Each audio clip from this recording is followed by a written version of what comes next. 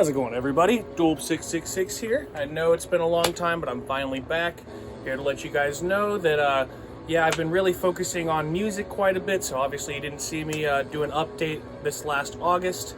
So consider today an August and September update. And to make it up for you guys, I've decided to do a part 2 of my strictly 80s collection. So these will all be new films added to the collection that are coming from the 80s. Almost all entirely slasher films as well, but there are a few other different ones in there. Today's music, we've got Mortal Ashes. Going to be playing with these guys this coming Wednesday up at Long Beach. Pretty stoked. These guys are really sick. You should definitely check them out, and I'll have their info down in the description below.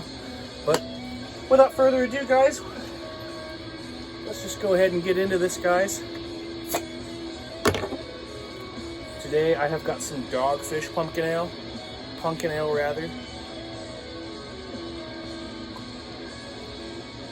Cheers, cheers, cheers. And of course, keeping it real like always.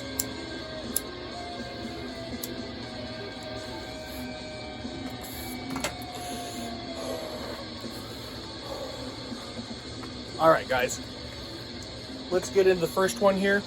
We have Church of the Damned. This one came out, well, it was made really in like 84, 85 from what I can tell. Probably put out around the same time. I don't think this one was actually ever finished, so I think this is actually the first time it was put out by SRS. They finished it. The Polonia brothers, or only the one, I believe one of them has passed. But yeah, this is, you know, your typical splattery, shot-on-video slasher stuff. Very, very, very bad, and you can obviously tell that there's almost no budget at all, but it was fun. I liked it. Next up we have from Trash Palace, we have Murder by Phone from 1982. It's technically a slasher film, though everyone seems to only die, you know, the same way. Basically they answer a phone and they just blow up, really. But it's still pretty entertaining. I still had a good time with it, and happy to own it. Always got mad love for Trash Palace putting out obscure flicks like that.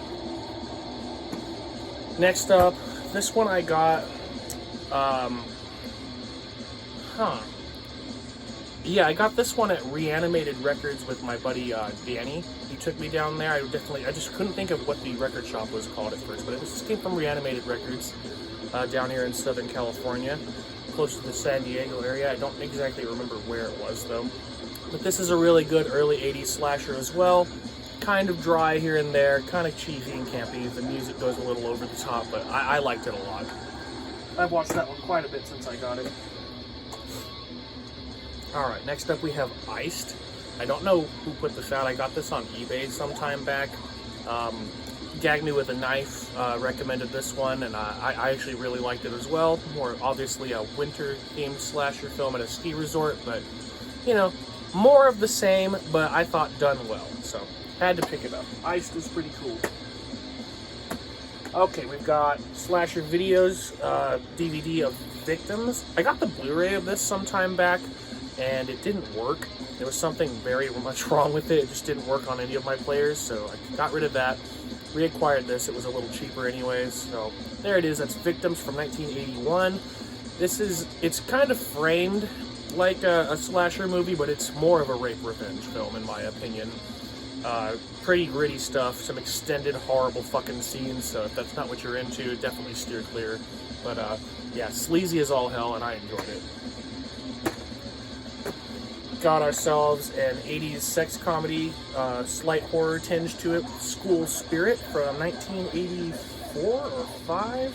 Yeah, 84 is what this says. You know, this is honestly one of the worst, most dry, boring, stupid sex comedies I've ever seen, but it's definitely got some of that 80s charm, and I couldn't help but check it out, so there it is.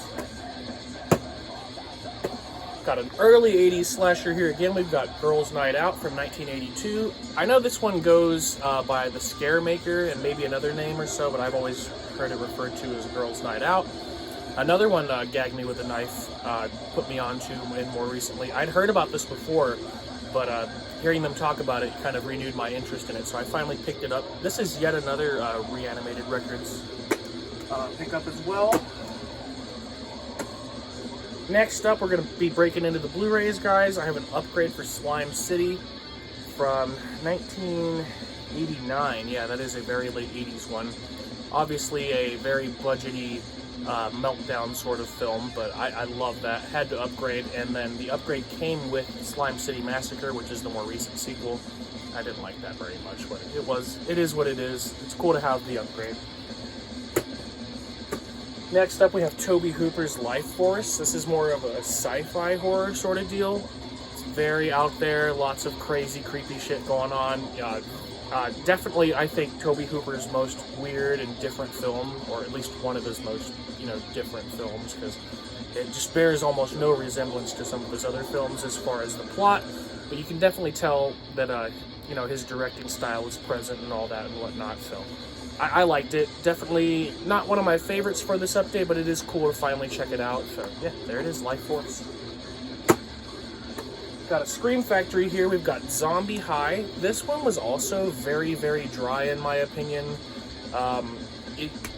More of a teen college, I don't know, it's horror, but it feels more like a 70s horror film than an 80s horror film in my opinion. I don't know.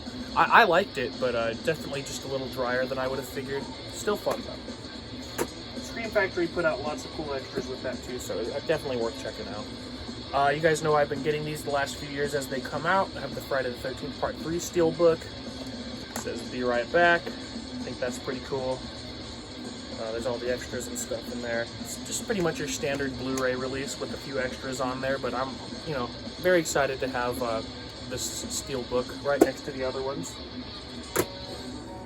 Alright, back into some DVDs, guys. We have Hide and Go Shriek from 1987. Yet another Gag Me With a Knife recommendation. Emily was really, really, really just forward about me checking this one out. I really enjoy when people, camp out somewhere that they're not supposed to in a slasher movie, like, in a furniture store or mall or whatever, what have you. This one definitely takes that sort of thing and twists it on its head with a lot of other unconventional themes, and yeah, I liked it a lot. I don't think that I like it nearly as much as those folks on Gag Me With a Knife, but I did like it. Okay. I've seen this one around everywhere in the last few years. So many people have been talking about it, and I finally found a cheap DVD of it, also at Reanimated Records. We have Phantom of the Mall, Eric's Revenge from 1988. And this, definitely cheesier, a little drier than I would have figured as well, but it's definitely got a great ending in my opinion, and I don't know, it's just all that 80s charm. This is kind of what I live for, so it's like, I try to be objective about, reviewing this, but really, at the end of the day, I love this sort of schlocky shit, so here's what it is. Happy to have it. Alright, this one is a VCI DVD, and these are kind of older in my, to my knowledge. Yeah, this DVD came out in 2004. This is The Dark Power from 1987, and this is a really off-the-wall slasher as well. It's kind of a supernatural one, obviously. There's some Native American reanimation going on here, and all sorts of problematic elements, honestly, with this one. But still, very charming 80s flick, and I don't think that the bad outweighs the good here. I think that this is actually a really good time, so definitely check out The Dark Power. Okay, we've got Wes Craven film here. We've got Deadly Friend. Yes, this is the movie with the basketball scene. If you don't know what I'm talking about, then you should probably just check this movie out. Really, really fun Wes Craven film that I actually didn't know that he did this up until I got this recently. My buddy Andre, who's coming over right now, he brought the same copy of this over from the local library where he works, and we checked it out. And I loved it so much that I just had to break down and order a copy, pretty much that day, so... Deadly Friend, definitely check that out. Some Wes Craven goodness. Okay, next one here, 1988, we have Cheerleader Camp. This one bears like a strong resemblance to films like, in my opinion, it bears a strong resemblance to Prom Night 3. It bears a strong resemblance to Sleepaway Camp 2. and a few other late 80s movies like this. Just got this dreamlike atmosphere for a lot of it. It's definitely got some cheesy, stupid characters, and damn if it doesn't have some great kills as well. It's basically everything that you want in an 80s slasher, just wrapped up real nice and pretty.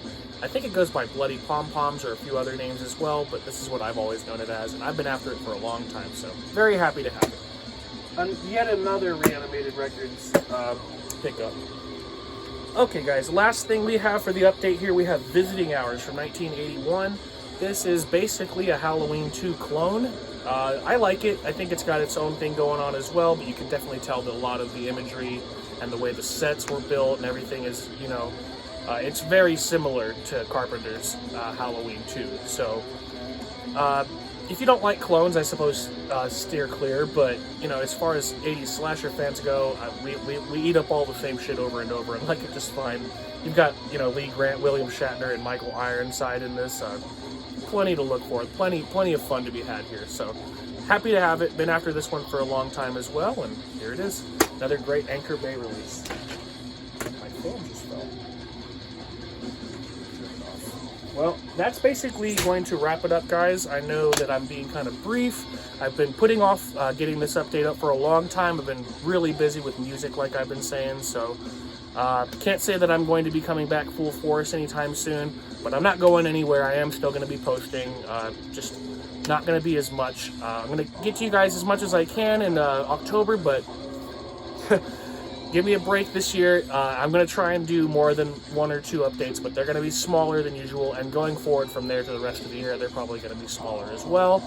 Gonna try and hang out with you guys as much as possible, but like I said, music's taking up a lot of my time, and it is what it is. I'm only one person. I can't be doing everything all the time, so until next time, guys, have a good one. Make sure you go fuck with some Mortal Ashes that you've been listening to, and have a good one, guys. Go watch some horror movies.